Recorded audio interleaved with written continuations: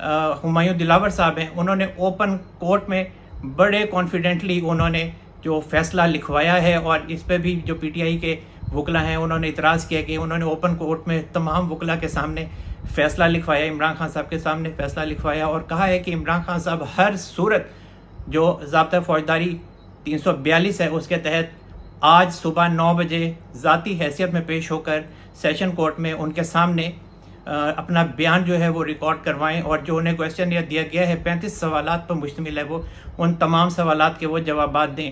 اور اس کے علاوہ انہوں نے خواجہ حارث صاحب کے حوالے سے بھی بات کی ہے کہ خواجہ حارث صاحب نے کورٹ کو بہت زیادہ مایوس کیا ہے، اور 3 سماعتوں میں متواتر ان کو بلاتا رہا ہوں کہ وہ پیش ہوں اور عمران خان صاحب اپنا بیان جو ہے وہ قلم بند کروائیں، لیکن یہ ہر معاملے میں جو ہے وہ سٹے کرنے کی کوشش کرتے ہیں، اور عدالت نے بہت زیادہ جو ہے وہ صبر کا مظاہرہ کیا ہے، لیکن جو پی ٹی آئی کے وکیل ہیں وہ جو سیشن کورٹ ہے اس کو پکڑائی دینے سے قاصر ہیں۔ اب عمران خان صاحب کی جو درخواستیں ہیں اسلام آباد ہائی کورٹ میں،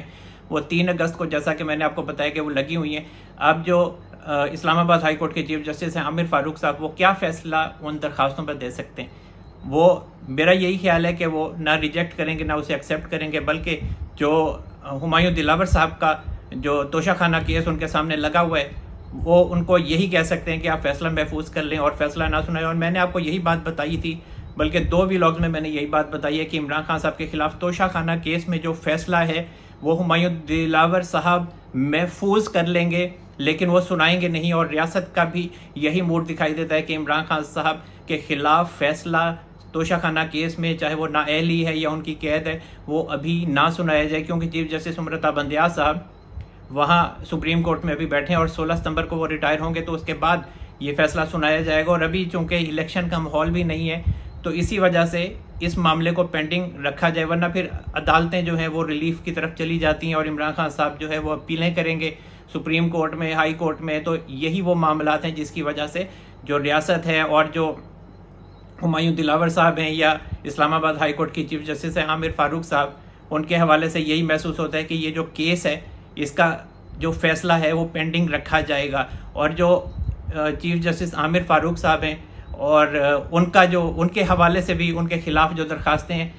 وہ اب عمران خان صاحب کے جو وکیل ہیں اب وہ سپریم کورٹ میں لے گئے ہیں دوبارہ سے، اور میں نے آپ کو بارہا یہ بات بتائی ہے کہ چیف جسٹس امرتا بندیال صاحب بالکل نہیں بدلے ہیں، اور جہاں انہیں موقع ملے گا وہ عمران خان صاحب کو ریلیف دینے کی کوشش کریں گے۔ اور توشہ خانہ کیس میں اب عمران خان صاحب کے جو وکلا ہیں وہ دوبارہ سے کل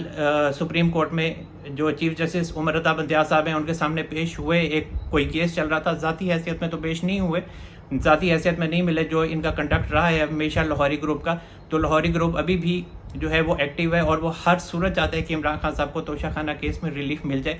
لیکن یہ ہے کہ عمران خان صاحب کی میں نے جیسا کہ بتایا کہ ان کو سٹے نہیں مل رہا اور عمران خان صاحب خاصے پریشان ہیں، اور اب وہ چیف جسٹس امرتا بندیال صاحب کے سامنے وہ کوئی کیس سن رہے تھے، وہاں وہ پیش ہو گئے، شعیب شاہین صاحب اور شیر افضل مروت صاحب تھے وہاں پہ، اور بیرسٹر گوہر صاحب تھے، وہ لوگ وہاں پیش ہوئے، اور انہوں نے چیف جسٹس امرتا بندیال صاحب کو بس فریاد ہی کی ہے کہ عمران خان صاحب کو کہیں سے توشہ خانہ کیس میں سٹے نہیں مل رہا، اور یہ ایک بنیادی نقطہ ہے کہ یہ جو کیس ہے یہ قابل سماعت ہے بھی یا نہیں، اور جو اسلام آباد ہائی کورٹ کے چیف جسٹس ہیں عامر فاروق صاحب وہ اس کی سنوائی نہیں کر رہے، اور اگر سنوائی نہیں کرتے تو جو ٹرائل کورٹ میں عمران خان صاحب کا توشہ خانہ کیس چل رہا ہے تو وہ ٹرائل مکمل ہو جائے گا اور عمران خان صاحب کے خلاف جو فیصلہ ہے وہ محفوظ ہو جائے گا، تو آپ اس کو برائے مہربانی سن لیں۔ اور اس کے علاوہ جو عمران خان صاحب ہیں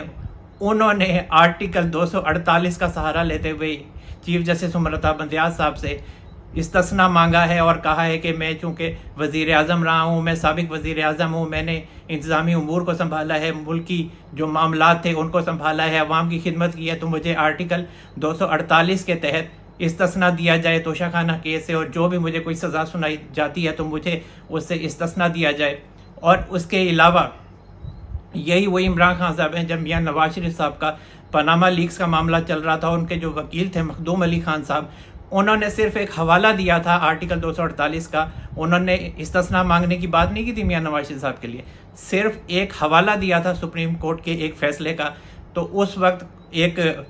رپورٹر صاحب تھے، اب میں نام نہیں لینا چاہتا ان کا، انہوں نے جا کے میڈیا میں پھیلا دی تھی یہ بات، اور پورے میڈیا میں یہ خبر پھیل چکی تھی کہ جی میاں نواز شریف صاحب نے آرٹیکل 248 کے تحت استثناء مانگا ہے کہ جی مجھے استثناء دے دیا جائے کیونکہ میں وزیر اعظم ہوں، حالانکہ میاں نواز شریف صاحب نے خود اپنے آپ کو ٹرائل کے لیے پیش کیا تھا۔ تو جو میڈیا تھا وہ میاں نواز شریف صاحب کے خلاف ویسے ہی بہت زیادہ خلاف تھا، اور آپ کو پتہ ہے کہ جو ISPR تھا اور جو آرمی چیف تھے جنرل قمر جاوید باجوہ صاحب اور جو فیض حمید صاحب تھے، یہ تمام لوگ جو تھے یہ میاں نواز شریف صاحب کے خلاف صف آرا تھے۔ تو انہوں نے میاں نواز شریف صاحب کے خلاف خوب میڈیا ٹرائل کیا اس حوالے سے، اس خبر کی بھی تصدیق نہیں کی کہ یہ خبر سچی بھی ہے یا جھوٹی ہے، اور پھر عمران خان صاحب نے جو ٹرولنگ کی میاں نواز شریف صاحب کے حوالے سے کہ یہ چور ہیں اور یہ کیوں نہیں ٹرائل کا سامنا کرتے، اگر یہ سچے ہیں تو یہ سامنا کریں ٹرائل کا اور اپنی تلاشی دیں، رسیدیں نکالیں، تلاشی کیوں نہیں دیتے،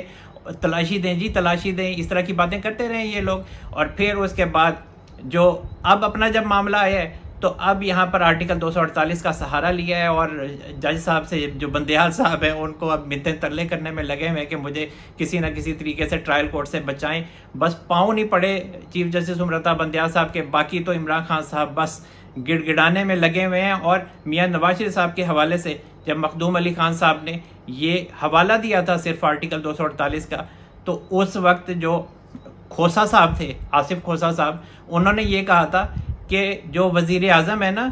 اس کو آرٹیکل 248 کے تحت استثناء حاصل نہیں ہے، اور جو گورنر ہیں اور جو صدر مملکت ہیں ان کو آرٹیکل 248 کے تحت استثناء حاصل ہے۔ اور انہوں نے یہ بات کی تھی کہ کرپشن میں جو ہے نا وہ آرٹیکل 248 کو استثناء ختم ہو جاتا ہے، اور UK کا انہوں نے حوالہ دیا کہ جی عدالت میں جو ہے وہ استثناء نہیں دیا گیا اور کرپشن کے اوپر کوئی استثناء حاصل نہیں ہے۔ تو اب ادھر آئے نا، اب عمران خان صاحب آرٹیکل 248 کے پیچھے کیوں چھپتے ہیں؟ آپ کو پتہ ہے کہ آپ نے کرپشن کی ہوئی ہے، اور یہی وجہ ہے کہ عمران خان صاحب نے جو توشہ خانہ کیس بھی ایک بڑی وجہ تھی کہ عمران خان صاحب نے پنجاب اسمبلی کو توڑا، اور ان کی یہ کوشش تھی کہ وہ اس کیس میں چونکہ نہیں بچ سکیں گے تو نئے الیکشن کروا دیے جائیں پرانی مردم شماری کے تحت، اور پھر عمران خان صاحب کی شاید کسی نہ کسی طریقے سے بچت ہو جائے۔ لیکن عمران خان صاحب کا اس کیس میں بچنا بہت زیادہ مشکل ہے، اور ریاست نے اپنے جو ارادے تھے وہ ظاہر کر دیے ہیں، اور عمران خان صاحب کو یہ نظر آ رہا ہے اور ان کے وکلا کو بھی یہ نظر آ رہا ہے کہ عمران خان صاحب نااہل ہونے جا رہے ہیں۔ اور جو چیف جسٹس امرتا بندیال صاحب کے سامنے ان کے جو وکلا کورٹ روم میں پیش ہوئے ہیں اور ان سے منتیں ترلے کی ہیں کہ جی یہ درخواست سماعت کے لیے مقرر کی جائے، تو چیف جسٹس امرتا بندیال صاحب نے کہا ہے کہ درخواست کو ٹیک اپ کرنے کا بھی ایک طریقہ کار ہوتا ہے، آپ اس کو فالو کریں، آپ ماشاءاللہ سمجھدار ہیں، تو پھر دیکھتے ہیں۔ اب جو درخواست ہے وہ سماعت کے لیے تو مقرر نہیں ہوئی ہے، لیکن یہ ہے کہ اسے نمبر الاٹ ہو گیا ہے، اب دیکھتے ہیں کہ اس کی سماعت کب ہوتی ہے۔ لیکن جو 3 اگست ہے، میں نے آپ کو بتایا کہ اسلام آباد ہائی کورٹ میں وہ جو عمران خان صاحب کی درخواستیں ہیں وہ سماعت کے لیے مقرر ہو چکی ہیں، اور باقی یہ ہے کہ یہ جو معاملہ ہے نا یہ درمیانہ راستہ ہی رہے گا، عمران خان صاحب کو سٹے نہیں ملے گا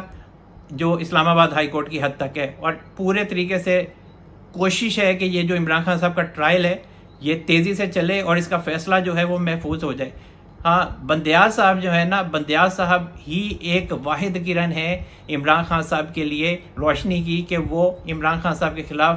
توشہ خانہ کیس میں کوئی جو ہے وہ سٹے کر دیں، ورنہ جو ہے نا عمران خان صاحب کا بچنا ناممکن ہے۔ اور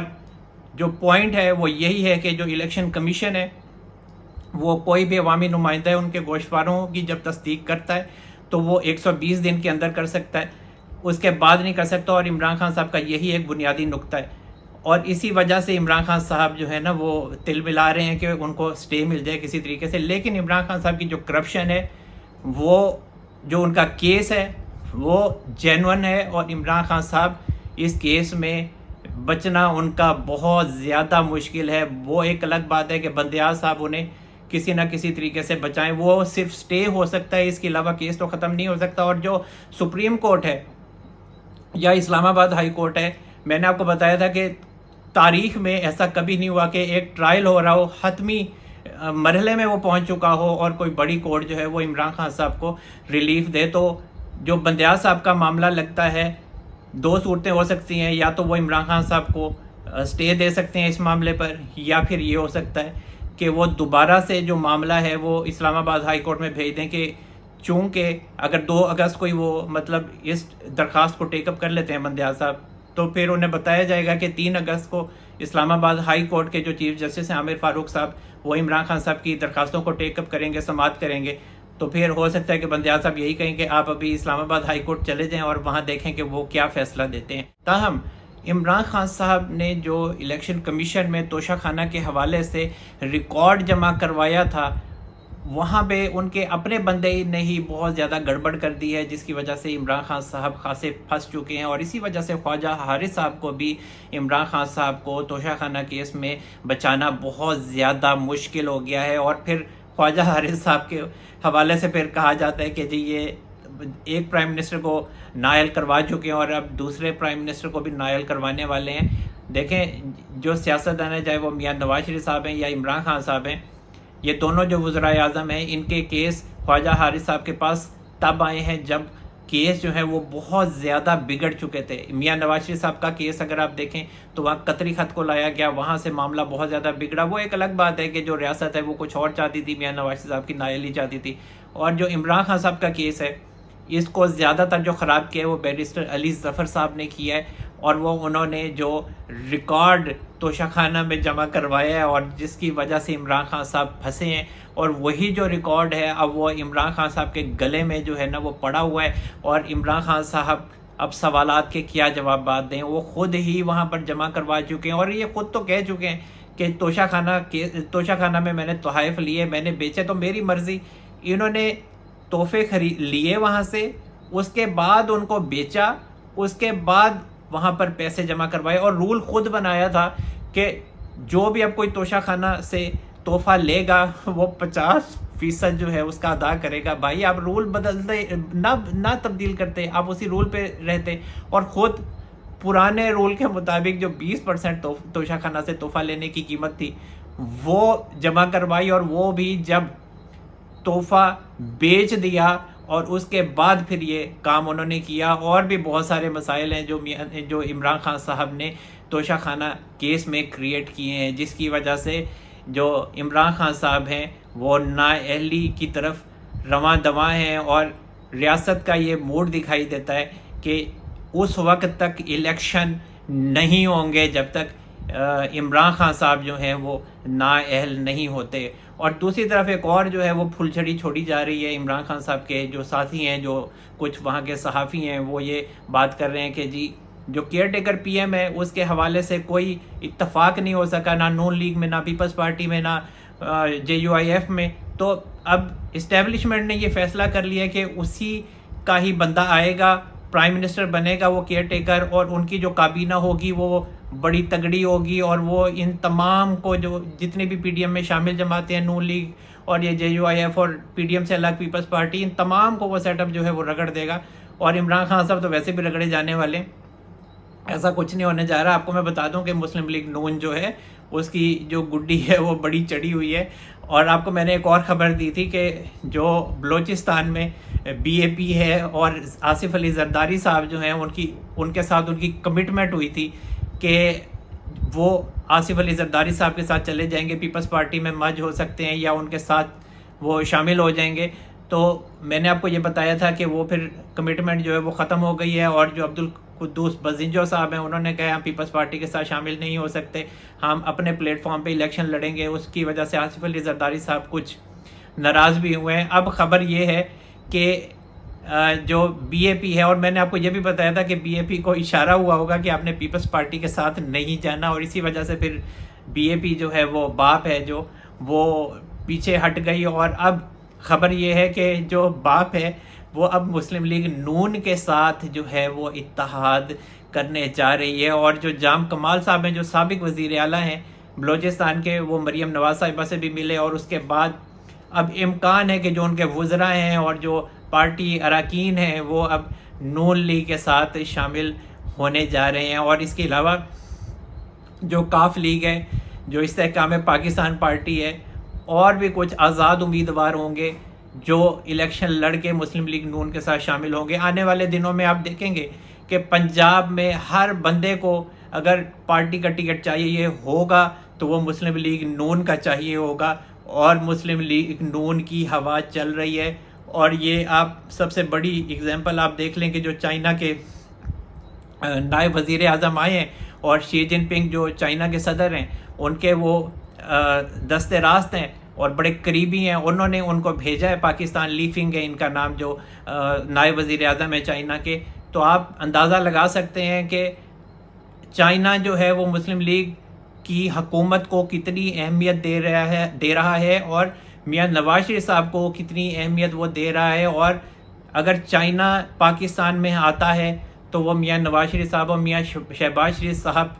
کی وجہ سے ہی آئے گا، اور اسی وجہ سے وہ آ رہا ہے. اور میں نے آپ کو بتایا تھا کہ عمران خان صاحب سے تو چائنا کی ویسے ہی شدید نفرت ہے اور کوئی محبت وغیرہ نہیں ہے ان کی، اور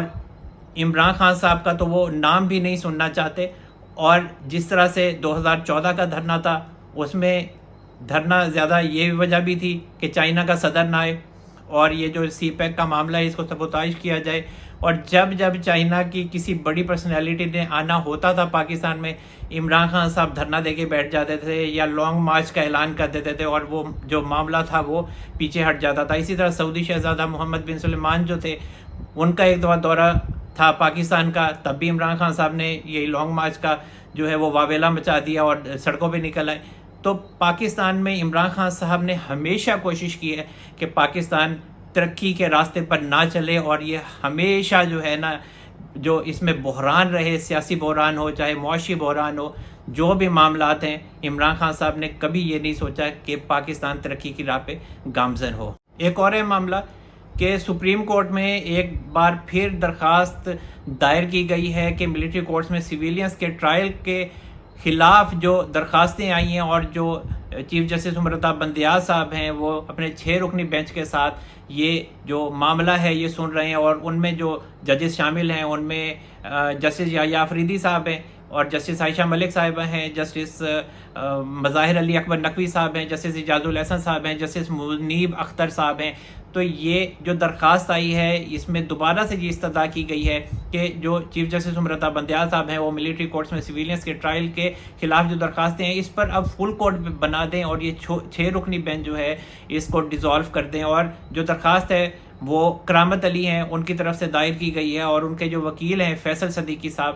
انہوں نے یہ درخواست سپریم کورٹ میں دائر کی ہے، اور جو اس کی سماعت ہے وہ کل ہوگی. اور چیف جسٹس عمرتا بندیال صاحب پہلے بھی جو حکومت کی درخواست تھی اس کو مسترد کر چکے ہیں کہ فل کورٹ بنانے کے حوالے سے جو تھی. اب دوبارہ سے یہ جو کرامت علی صاحب ہیں اور ان کے جو وکیل ہیں فیصل صدیقی صاحب، انہوں نے یہی موقف اختیار کیا ہے کہ جو اس بینچ میں شامل رکن ہیں جسٹس یحییٰ آفریدی صاحب، وہ بھی اپنے خیالات کا اظہار کر چکے ہیں، اور وہ چیف جسٹس عمرتا بندیال صاحب کو مشورہ دے چکے ہیں کہ اس حوالے سے فل کورٹ بنا دیا جائے. اور اگر جو ججز ہیں وہ چھٹیوں پر ہیں تو جتنے بھی ججز ہیں ان کو اکٹھا کر کے فل کورٹ بنا دیا جائے، کیونکہ اس کیس کے حوالے سے پہلے بھی ماضی میں جو سماعت ہوئی ہے وہ 9 رکنی بینچ نے کی تھی. تو اب یہ معاملہ جو ہے وہ شفاف ہونا چاہیے، اور جتنے بھی اکٹھے ہوتے ہیں، 9 ہوتے ہیں، 10 ہوتے ہیں ججز، سب کو اکٹھا کر کے آپ سماعت کے لیے اس کیس کو مقرر کر دیں، جس سے معاملے میں شفافیت بھی آئے گی اور جو اسٹیبلشمنٹ ہے وہ بھی آپ کے فیصلے کو مانے گی. لیکن مجھے یہی لگتا ہے کہ جو چیف جسٹس عمرتا بندیال صاحب ہیں وہ عمران خان صاحب کو ریلیف کی وجہ سے فل کورٹ نہیں بنائیں گے، اور جو چیف جسٹس عمرتا بندیال صاحب ہیں وہ عمران خان صاحب کے حوالے سے چاہتے ہیں کہ عمران خان صاحب کو ملٹری کورٹ میں خواہ ٹرائل ہو جائے، لیکن عمران خان صاحب کو جو رائٹ آف اپیل ہے وہ مل جائے، اور جو ان کے عزیز و اقارب ہیں وہ بھی ٹرائل میں شامل ہو، ان کی مرضی کا وکیل ہو، اور اپیل کے بعد جو سزا ہوتی ہے اس کے بعد بھی جو اپیل ہے وہ جاندار ہو، جس پہ عمران خان صاحب ہیں یا جو بھی جس کو بھی ملٹری کورٹ کے حوالے سے سزا ہوتی ہے اس کو ریلیف مل سکے. ورنہ ماضی میں ملٹری کورٹس میں مجرموں کو جو سزا ہوتی تھی اور سزا کے خلاف جو وہ اپیل ہائی کورٹ میں یا سپریم کورٹ میں کرتے تھے وہ بھی برائے نام ہی ہوتی تھی، مطلب تسی نہ ہی سمجھو. تو اب جو ہے نا چیف جسٹس عمرتا بندیال صاحب